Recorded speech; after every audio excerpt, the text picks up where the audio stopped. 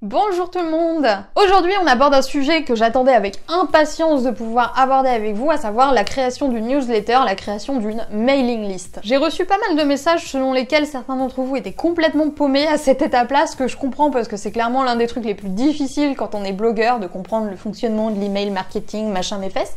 Et du coup je me suis dit qu'en quelques vidéos je pouvais pas vous apporter autant de valeur qu'à travers une formation complète, du coup j'ai commencé à travailler dessus. Elle sortira lundi, mais vous pouvez la précommander dans le lien qui est en barre de description si ça vous intéresse. Et du coup je n'ai pas juste vous dire ça, on va parler de mailing list effectivement, puisque comme vous l'avez vu dans le titre, je vais vous parler de deux outils qui vont vous servir pour créer une newsletter, pour créer une mailing list et pour pouvoir fidéliser vos lecteurs et augmenter votre audience au fil du temps. Il faut bien comprendre que si vous n'avez pas de newsletter, vous partez forcément avec un handicap parce que les gens qui viennent visiter votre blog, vous n'aurez plus jamais aucun moyen de les rejoindre. Alors que s'ils vous laissent leur adresse email, souvent ça va être en échange d'un cadeau pour inciter justement la personne à laisser son adresse, là vous avez le moyen de les recontacter, à la fois pour les prévenir que vous avez un nouvel article qui est publié, qui peut vous permettre d'obtenir des pics de trafic un peu à la demande, mais aussi et surtout, c'est très important si vous voulez monétiser votre blog, à la sortie de vos produits ou même lors de promotions, vous allez pouvoir solliciter cette base de liste d'emails pour les prévenir de l'offre en cours et donc générer des ventes de cette manière-là. Et l'email marketing c'est encore plus puissant parce qu'on peut vraiment faire plein de choses avec. Moi je vais me contenter des explications basiques dans cette vidéo parce que comme je l'ai dit,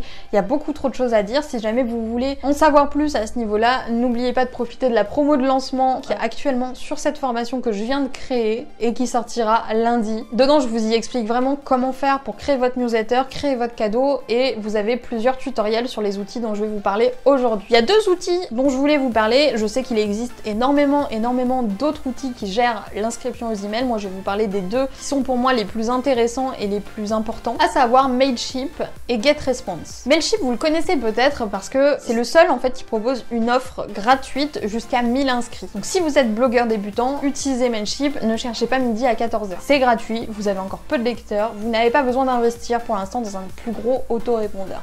Par contre, dès que vous en aurez la possibilité, moi je vous recommande vraiment de quitter Mailchimp pour plusieurs raisons que je vais aborder dans la suite de cette vidéo et de passer sous un autre autorépondeur. Moi je suis sous GetResponse et je suis vraiment très satisfaite de cet outil dont je vais vous parler également. Mailchimp, je l'ai dit, c'est gratuit jusqu'à 1000 inscrits, c'est-à-dire que tant que vous n'aurez pas 1000 personnes qui sont inscrites à votre newsletter, vous pourrez utiliser le service gratuitement sans utiliser de carte de crédit ou quoi que ce soit. Vous aurez bien sûr accès à la version un petit peu limitée de Mailchimp de par la gratuité de l'offre. Et ça sonne bien comme ça, on se dit ouais c'est bien Mailchimp etc, c'est gratuit, c'est génial, mais il y a plusieurs défauts à Mailchimp. Déjà pour commencer, c'est un outil qui est en anglais, donc si vous n'êtes pas très fort en anglais, vous risquez d'avoir peut-être un petit peu de mal à le paramétrer sans aide extérieure. Deuxième problème chez Mailchimp, et c'est quelque chose qui moi m'a fait complètement changer de fournisseur, c'est la réputation de ses serveurs. J'ai peur de vous perdre, mais je vais essayer de vous expliquer ça avec des mots simples. Les autorépondeurs de ce type-là, ils envoient les emails depuis un serveur. Donc Mailchimp a ses propres serveurs, GetResponse a ses propres serveurs, bref, chaque logiciel comme ça a ses propres serveurs. Le problème avec les serveurs Mailchimp, c'est que vu qu'ils sont souvent utilisés par des personnes qui utilisent leur service gratuitement, ils ont une réputation assez mauvaise. C'est-à-dire que vous avez beaucoup plus de chances qu'un email envoyé par Mailchimp se retrouve dans les spams ou dans l'onglet promotion, vous savez, de Gmail. C'est-à-dire que les gens vont pas recevoir de notification quand vous leur enverrez un email, ce sera considéré comme limite du contenu publicitaire, comme du spam. Et ça c'est un très gros problème, pas quand vous avez une cinquantaine d'inscrits, mais quand vous commencez à en avoir un petit peu plus, et qu'en plus vous prenez l'offre payante Mailchimp. Moi j'aurais tendance vraiment à recommander Mailchimp pour du dépannage. À nouveau, si vous êtes débutant, vous n'avez encore jamais rien gagné avec votre blog, même si c'est votre objectif. Pour l'instant, il ne sert à rien d'investir dans des logiciels, dans des machins. Profitez de l'offre gratuite de Mailchimp et à partir du moment où vous commencez à taper dans les 800, dans les 900, changez directement, mais ne prenez pas l'offre payante sur Mailchimp parce que je pense vraiment qu'elle n'en vaut pas la peine au regard de ce qui est proposé par la concurrence. Pour GetResponse, je paye en moyenne 14 $ par mois, il me semble. C'est quelque chose de très raisonnable, hein, sans même que c'est 12 $. 12 $, 14 €, quelque chose comme ça. Et l'avantage déjà, c'est la bonne réputation des serveurs. Vu que c'est un service payant, forcément, il y a beaucoup moins de chances que vos mails finissent en spam. Et ce que j'ai beaucoup aimé chez GetResponse, c'est que logiquement, la plupart du temps, à part si mon contenu est beaucoup trop professionnel, les personnes à qui j'envoie des emails le reçoivent comme un email classique. C'est-à-dire que si vous avez l'appli sur le portable, ça sonne en mode vous avez reçu un nouveau mail.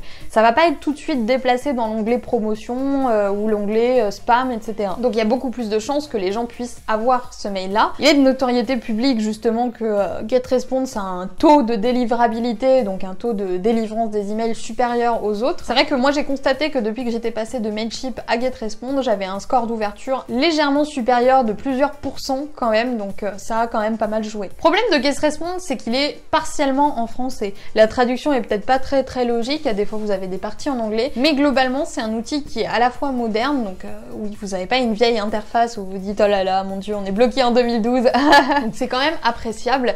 Et avec GetResponse, en fonction de la formule que vous prenez, donc avec celle basique que j'ai, on peut pas encore le faire, j'attends d'avoir un petit peu plus d'inscrits pour passer à l'offre supérieure, vous avez la possibilité de faire des webinaires, vous avez la possibilité de faire des tunnels de vente, bref, vous avez vraiment beaucoup de choses qui sont possibles avec GetResponse, qui fait pour moi de cet autorépondeur le meilleur de tous, c'est celui que j'aurais tendance à vous recommander. Sauf, encore une fois, si vous n'avez pas d'argent à investir pour votre blog pour l'instant, c'est peut-être pas une urgence, si vous avez encore peu d'inscrits à votre newsletter, Mailchimp peut très bien vous dépanner et vous pourrez envisager par la suite de passer à autre chose. Utiliser un autorépondeur quand on est débutant, quand on n'a jamais fait ça de notre vie et qu'on comprend un mot sur 5 sur ce qui est écrit, c'est très compliqué, j'en ai conscience. C'est pour ça, comme je vous le disais, que j'ai fait une formation complète à ce sujet, où vous retrouverez plusieurs tutoriels, un pour GetResponse et un pour Mailchimp, qui vous permettra de créer vos campagnes, de créer vos newsletters et surtout de commencer dès maintenant à collecter les adresses email des lecteurs qui passent sur votre blog et qui sont potentiellement intéressés par vos futurs articles.